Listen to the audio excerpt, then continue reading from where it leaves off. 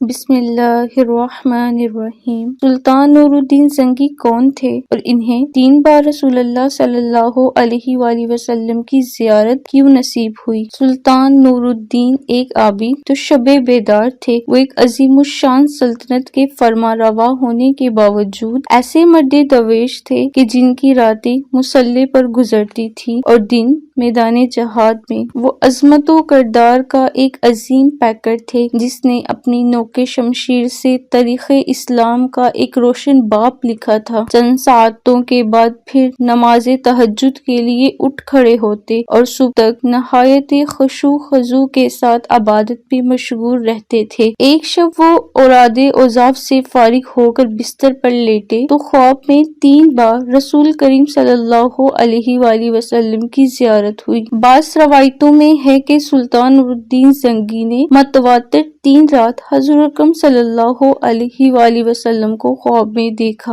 ہر مرتبہ 2 آدمیوں کی طرف اشارہ کرتے ہوئے حضور اکرم صلی اللہ علیہ وآلہ وسلم نے فرمایا، نور الدین، یہ آدمی مجھے ستا رہے ہیں۔ ان کے شرکائے کا استحصال کر نور الدین یہ خواب دیکھ کر سخت مضطرب ہوئے، بار بار استغفار پڑھتے اور رو رو کر کہتے، میرے آقا مولا کو میرے جیتے جی کوئی ستائے یہ نہیں ہو سکتا۔ میری جان، مال، آل و اولاد سب آقا مدنی پر نثار ہو۔ خدا اس دن کے لیے نور الدین کو زندہ نہ رکھے۔ حضور اکرم صلی اللہ علیہ وآلہ وسلم غلام کو یاد فرمائیں اور وہ دمشق میں آرام سے بیٹھے رہیں۔ سلطان نور الدین بے چین ہو گئے اور انہیں یقین ہو گیا کہ مدینہ منورہ میں ضرور کوئی ایسا نشدنی واقعہ ہو رہا ہے جس سے سرور کونین کی روح اقدس کو تکلیف پہنچ رہی ہے۔ خواب سے بیدار ہوتے ہی انہوں نے اعلان و دولت کو ساتھ لیا اور مدینہ منورہ کی طرف روانہ ہو گئے۔ اہل دمشق سلطان کے روانہ سفر سے بہت حیران ہوئے، لیکن کسی کو معلوم نہ تھا کہ اصل بات کیا ہے۔ دمشق سے مدینہ منورہ پہنچنے میں عام طور پر 20 سے 25 دن لگتے تھے، لیکن سلطان نے یہ سفر نہایت تیزی رفتار سے طے کیا اور 16ویں دن مدینہ منورہ میں جا پہنچے۔ اہل مدینہ ان کی اچانک آمد پر حیران رہ گئے۔ سلطان نے آتے ہی شہر میں آنے جانے کے دروازے بند کروا دیے، پھر منادی کروا دی کہ آج تمام اہل مدینہ ان کے ساتھ کھانا کھائیں۔ تمام اہل مدینہ نے نہایت خوشی سے سلطان کی دعوت قبول کی۔ اس طرح مدینہ منورہ کے تمام لوگ سلطان کی نظر سے گزر گئے، لیکن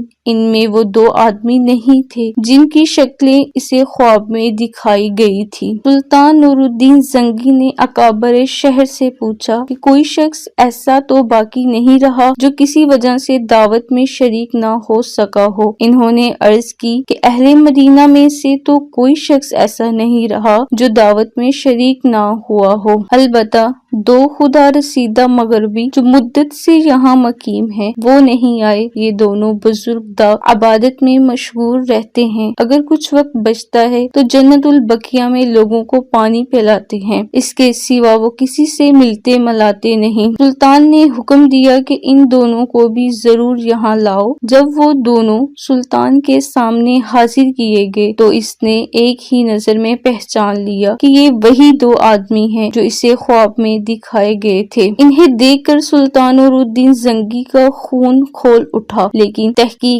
بہرحال ضروری تھی کیونکہ ان کا لباس زائدانہ اور شکل و صورت مومنوں کی تھی۔ سلطان نے ان دونوں سے پوچھا کہ تم دونوں یہاں کہاں رہتے ہو؟ انہوں نے بتایا کہ روضہ اقدس کے قریب ایک مکان کرائے پر لے رکھا ہے اور اسی میں ہر وقت ذکر الہی میں مشغول رہتے ہیں۔ سلطان نے ان دونوں کو وہیں اپنے آدمیوں کی نگرانی میں چھوڑا اور خود اکابر شہر کے ہمراہ اس مکان میں جا پہنچا۔ یہ ایک چھوٹا سا کمرہ تھا جس میں نہایت مختصر سامان مکینوں کی زائدانہ زندگی کی شہادت دے رہا تھا۔ اہل شہر ان دونوں کی تعریف میں رب اللسان تھے اور بظاہر کوئی چیز قابل اعتراض نظر نہیں آ رہی تھی، لیکن سلطان کا دل مطمئن نہیں تھا۔ اس نے مکان کا فرش ٹھوک کر بجا کر دیکھنا شروع کیا۔ یکایک سلطان سلطان کو ایک چٹائی کے نیچے فرش ہلتا ہوا محسوس ہوا۔ چٹائی ہٹا کر دیکھا تو ایک چوڑی سل تھی۔ جب اسے سرایا گیا تو ایک خوفناک انکشاف ہوا کہ ایک سرنگ تھی جو روضہ اقدس کی طرف جاتی تھی۔ سلطان سارا معاملہ سمجھ گئے اور بے اختیار ان کے منہ سے صدق اللہ و صدق الرسول النبی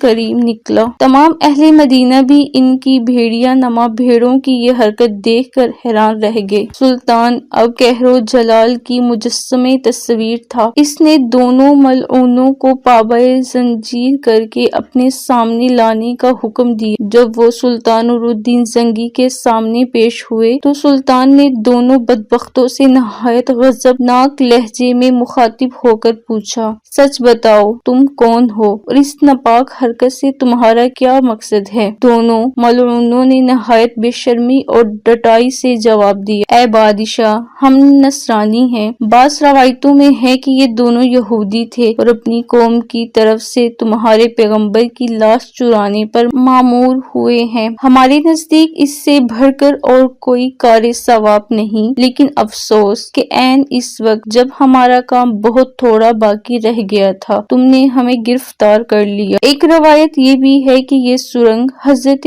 عمر رضی اللہ تعالیٰ عنہ کے جسم مبارک تک پہنچ چکی تھی، یہاں تک کہ ان کا ایک پاؤں ننگا ہو گیا تھا۔ سلطان کا پیمانہ صبر لبریز ہو گیا۔ اس نے تلوار کھینچ کر ان دونوں بدبختوں کی گردنیں اڑا دی اور ان کی لاشیں بھڑکتی ہوئی آگ کے الاؤ میں ڈالوا دی۔ یہ کام سر انجام دے کر سلطان پر رخ طاری ہو گئی۔ وہ مدینہ منورہ کی گلیوں میں روتے ہوئے گھومتے اور کہتے، زہے نصیب کہ اس خدمت کے لیے حضور اکرم صلی اللہ علیہ وآلہ وسلم نے اس غلام کو چنا۔ جب ذرا قرار آیا تو سلطان نے حکم دیا کہ روضہ نبوی صلی اللہ علیہ وآلہ وسلم کے گرد ایک گہری خندق کھودی جائے اور اسے پگھلے ہوئے شیشے سے پاٹ دیا جائے۔ سلطان کے حکم کی تعمیر میں روضہ اطہر کے چاروں طرف اتنی گہری خندق کھودی گئی کہ زمین سے پانی نکل آیا۔ اس کے بعد اس میں پگھلا ہوا شیشہ بھر دیا گیا تاکہ زمانے کی دست برد سے ہر طرح سے محفوظ رہے۔ یہ شیشے کی دیوار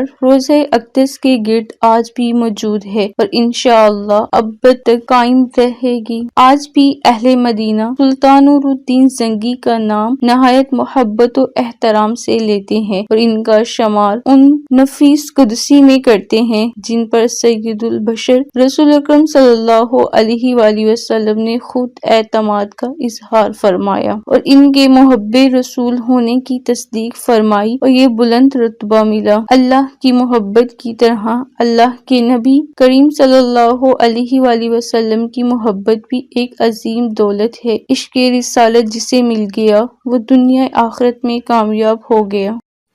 جی ناظرین، اگر آپ کو ہماری یہ ویڈیو اچھی لگی ہو تو ہمارے چینل کو سبسکرائب کریں، ویڈیو کو لائک کریں، کمنٹس باکس میں اپنی قیمتی رائے کا اظہار ضرور کریں تاکہ ہم مزید بہتر سے بہترین ویڈیو بنا کر آپ تک پہنچاتے رہیں۔ شکریہ۔